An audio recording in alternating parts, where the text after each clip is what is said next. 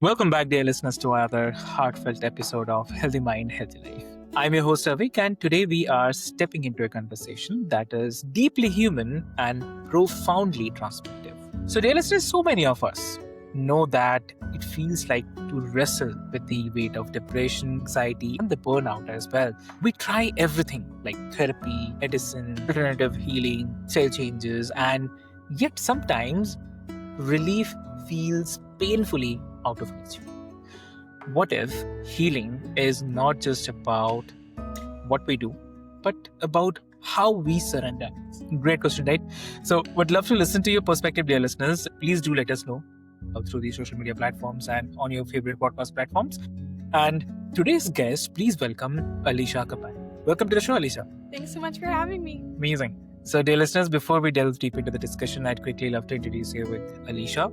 So, Alisha, embodies this truth.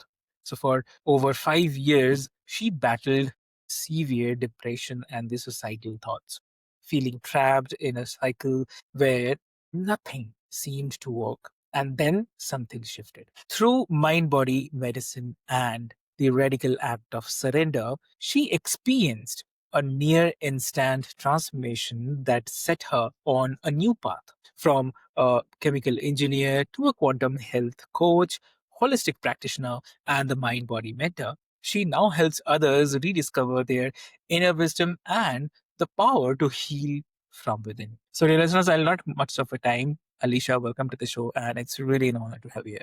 Thanks for having me. I think it's a really important topic because people do try everything except the one thing that will help them heal they don't even think to do. And it usually takes like maxing out on everything else before we're willing to look within. And that was my journey. That was almost everyone's journey that I know. So it's okay if that was your journey. I'm just here to help you speed it up so that you don't have to struggle as long as I did. Exactly. Exactly. So, Alicia, I'd love to start with like you have shared that like I mentioned also, like you have struggled with the severe depression and the suicidal thoughts for over 5 years. It's a huge time.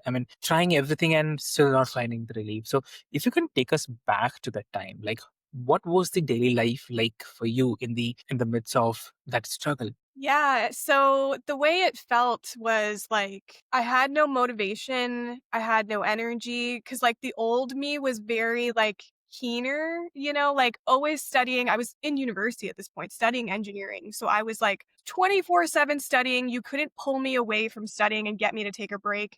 And then all of a sudden, I don't feel like studying at all. When I'm Okay. studying, I'm just like, staring out the window. I have no motivation. When I'm at work, I'm just staring at my screen, not really doing any work. And then I just felt really just down all the time. My mood was dictated on like external things. Like my boyfriend at the time, he dictated my mood. If things were good with us, I was fine. If things were bad with us, I'm having suicidal thoughts. So, yeah, so that's kind of what it was like. And just like, it's so hard to describe. It's just like a dense heaviness that's always there. And especially in the mornings, this like pit in your stomach. And, it just like doesn't go away because it's trying to get your attention.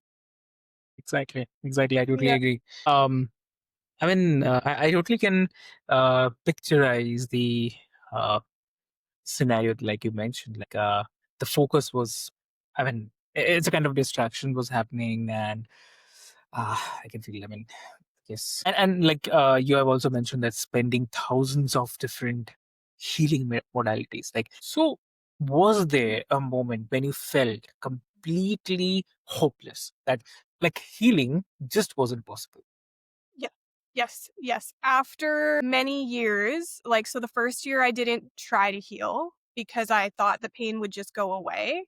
And then I tried conventional medicine for a year because, didn't know what else to do at the time. So, I tried medication, cognitive behavioral therapy, seeing a psychologist, seeing a psychiatrist. The medication had no effect on me though. So I was really lucky in that sense that it was like I was taking a sugar pill. Like it didn't have positive or negative side effects. So that's why, it wasn't working for me. So I was able to easily just go off of it because I didn't have withdrawals and it wasn't Hmm. affecting me. You know what I mean?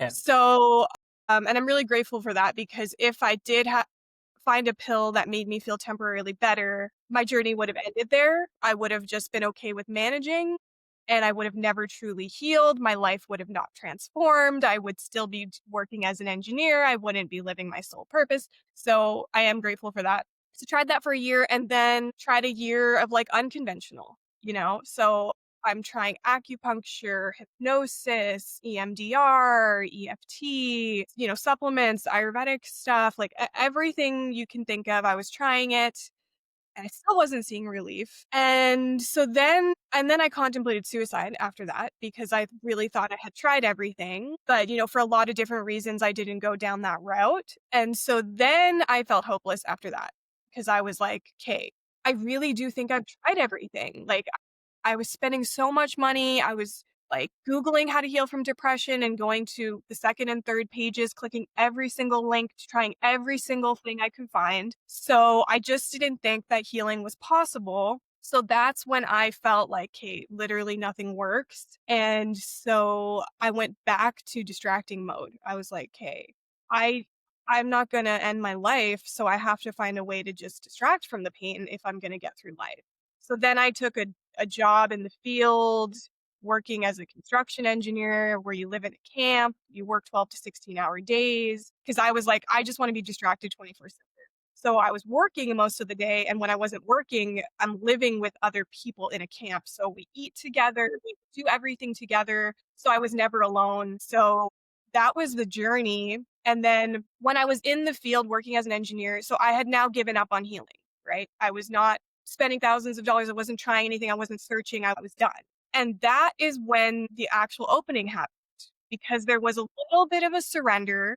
There was less resistance, less desperation. And even that 2% of like surrendering and just like, okay, I'm not desperately trying to heal anymore created an opening for me that now I've synchronistically found the resources that I actually needed. I found my mentor, I found Mind Body Medicine, and then I just did one of her DIY courses and I healed right away. I hadn't even worked with her privately. Like it was so instant that I started to feel better and my life started to change. And that wouldn't have happened, I think, until I maxed out on everything else. I don't know if I was ready for mind body medicine before because mind body medicine is a lot about welcoming your emotions. And I was not willing to do that before. I was like, just make the pain go away. I don't want to actually tune into this pain. I think so many listeners will definitely relate to that sense of hitting a wall, like trying everything, and then yet feeling nothing works. And I mean, definitely, your honesty here already brings the hope because you are showing the transformation is possible. And even after the years of suffering as well. So that's the good part of it for sure. Yeah, I want people to know that it is possible because I know a lot of people think that you just have to manage it forever, Yeah, and you do not. I'm living proof of definitely. that. You definitely do not. I feel unconditional joy and peace now that does not require me staying distracted, busy, managing my thoughts. None of that is needed. Exactly, exactly.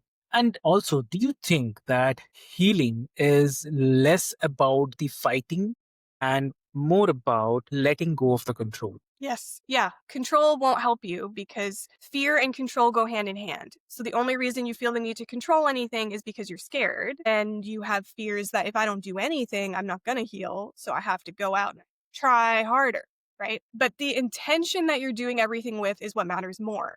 Right. So if I'm doing all these healing modalities to make the pain go away, then my intention is still resistance. I don't want to feel this pain. I want it to go away. And when you're in resistance, you can't allow your body to do what it's designed, which it knows already how to dissolve emotion and heal itself. So the intention behind every action you take needs to be coming from love and nurturing yourself because your body can tell the difference between conditional and unconditional love.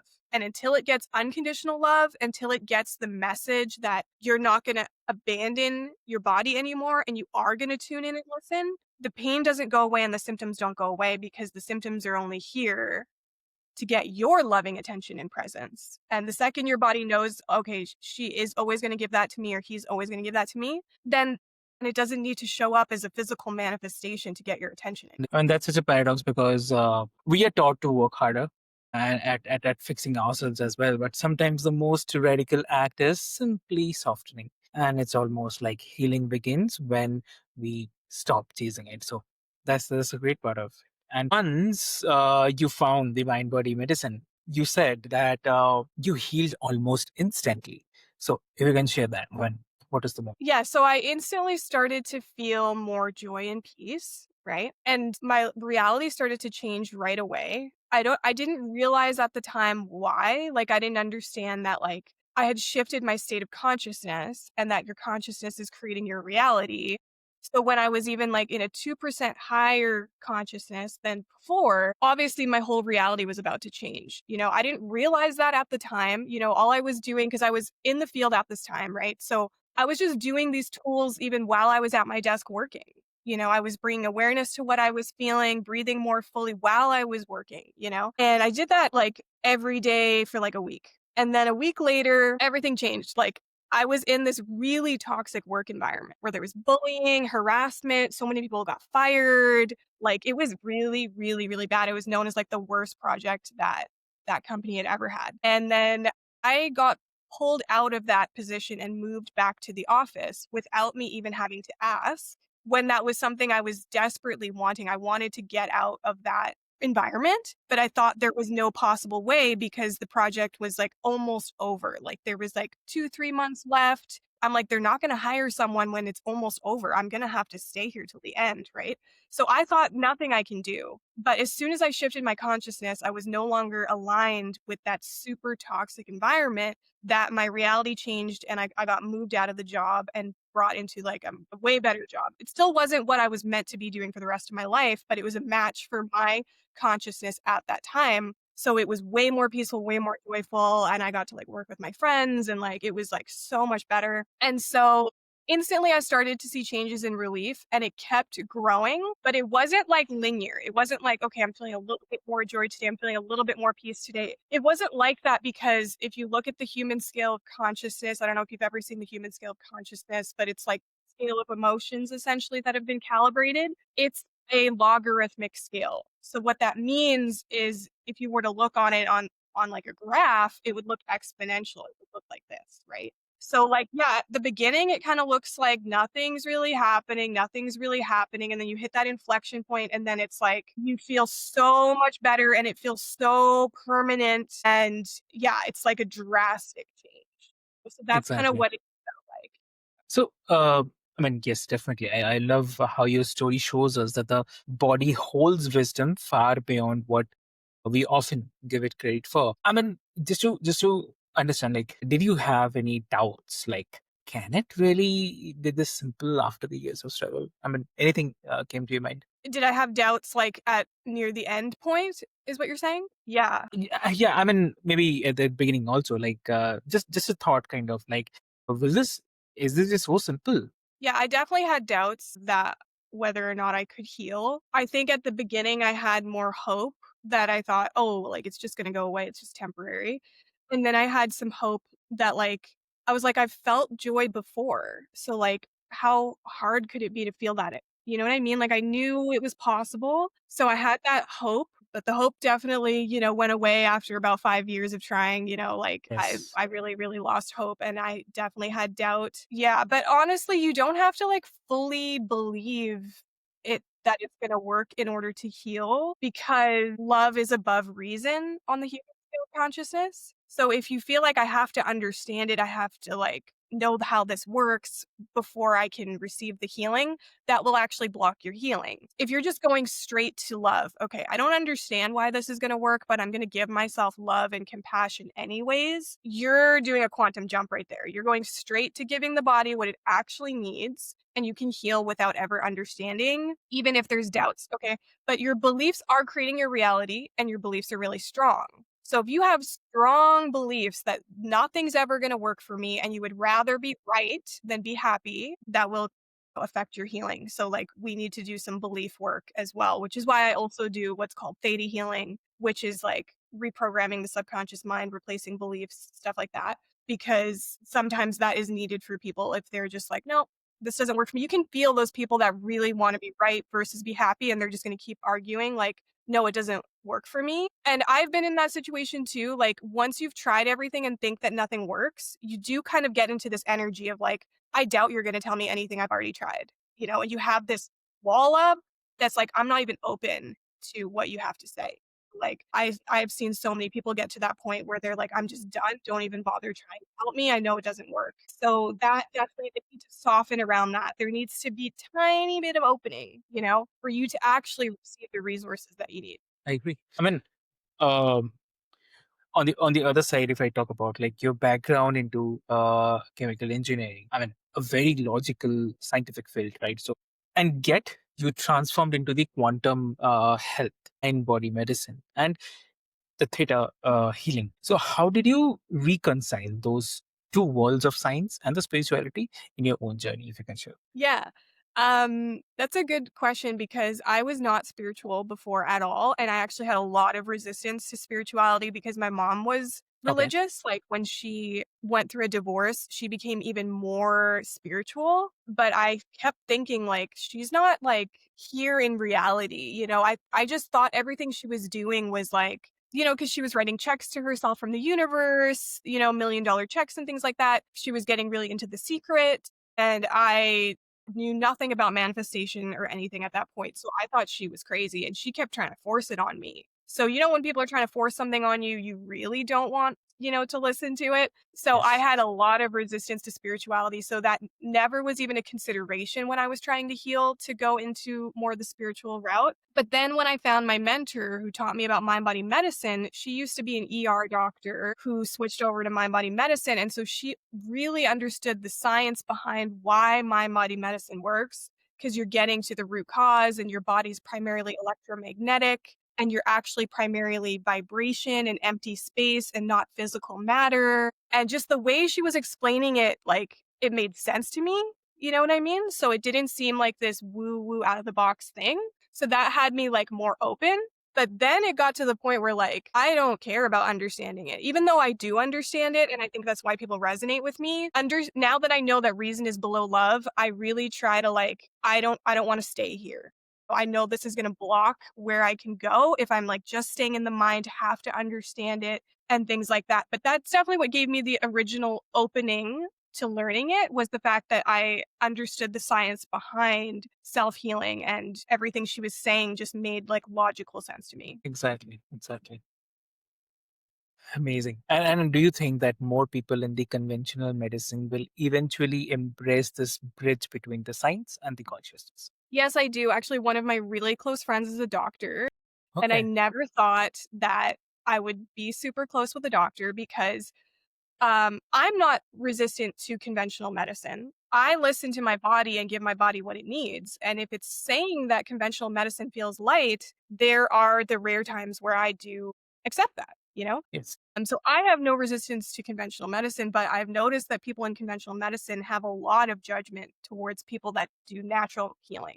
They think we're like screwing up our bodies, wasting our time and energy, all this kind of stuff, right? So I thought I'd never be super close with a doctor, but she's like so committed to helping people truly heal and she finds that the way she's helping them heal is really limited. She only gets like she's a family doctor, so she only gets like, 30 minutes with them and there's so much more she wants to share with them about like why did they get this illness in the first place? Because they don't really care about that when they come to her. They're like just give me the pill, whatever. Yes.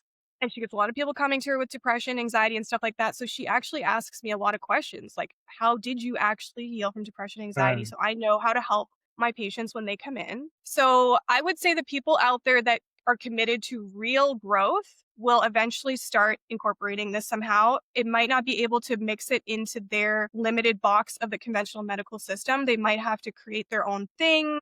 My friend wants to start a YouTube channel because she's like, I don't have time with my actual patients to coach them but I want to start a YouTube channel so I can still share these things so yeah, but I've also noticed there's a lot of practitioners out there that don't care about true growth themselves, like I know doctors that just like smoke weed and stuff like that and that's suppressing their emotions. So those ones I don't really see them being that open to incorporating this yet because even them themselves Yeah. don't care about true healing and giving their body what it really needs and compassion and love. So, yeah, but the consciousness of the world is expanding and growing every time we heal. It is increasing the consciousness of the planet because I don't know if you've ever read Power versus Force, but it says that one person in the consciousness of love counteracts 750,000 people that are 200 and below on the human scale of consciousness. So the more people that keep coming into love, the higher the consciousness of the planet. And eventually there will be a point where everybody awakens, I do believe. I don't know Yes. how long it will take to get there, but yeah, I think it'll happen. I guess it's really gonna help the listeners who are listening. And also, big thing. I mean, if someone listening right now feels stuck in that same cycle that you once lived through, Mhm. desperate, exhausted, hopeless, then what's the very first step you would want them to take today? So, Yeah. I would want them to bring more awareness to what they're feeling and experiencing rather than less, and to know that there is no threat in doing that. Like, I know that you don't want to feel your pain, obviously, right? But I would tell them that the more you resist it, the longer it will be there. It will actually be there forever. So you do need to soften more. So I would say soften more and drop more into your body. So if you could maybe even just set the intention first for 1 week, that this entire week, I am going to spend more time in my body, presencing what I'm feeling with love and compassion than I've ever done before.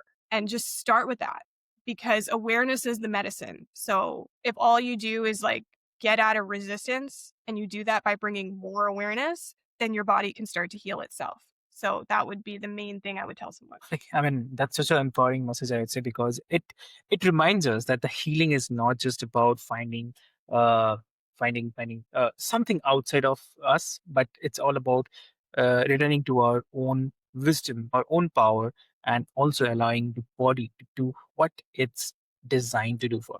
Alicia, thank you so much for sharing not your story, your heart as well. And I mean, what I hear through your journey is definitely a lesson for all of us, I'd say, because that healing is always about doing more, uh, but about surrendering, listening, and trusting the wisdom already within us. So, for anyone who is listening, or maybe who will be listening to this, maybe the thick of depression, anxiety, burnout, please know this, that your story doesn't end where you are today.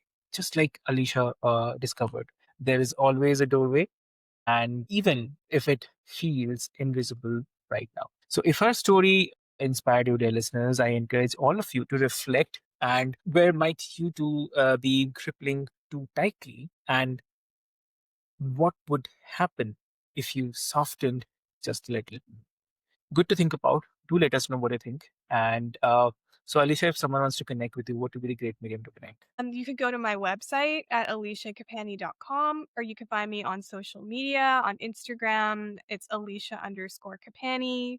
That's where I mostly hang out. And like I've got like my go-to mind body tool that helped me heal from depression in my link in bio. It's totally free. So if you're like, I don't even know how to start welcoming my emotions, that's a good way to start. But yeah, that's how you can find me. Thank you so much for joining us on Healthy Mind, Healthy Life, Alicia. And dear listeners, thank you so much. Until next time, keep listening inward, keep honoring your journey, and also remember that you already hold the keys to your own healing. So, this all. Thank you so much. Love that.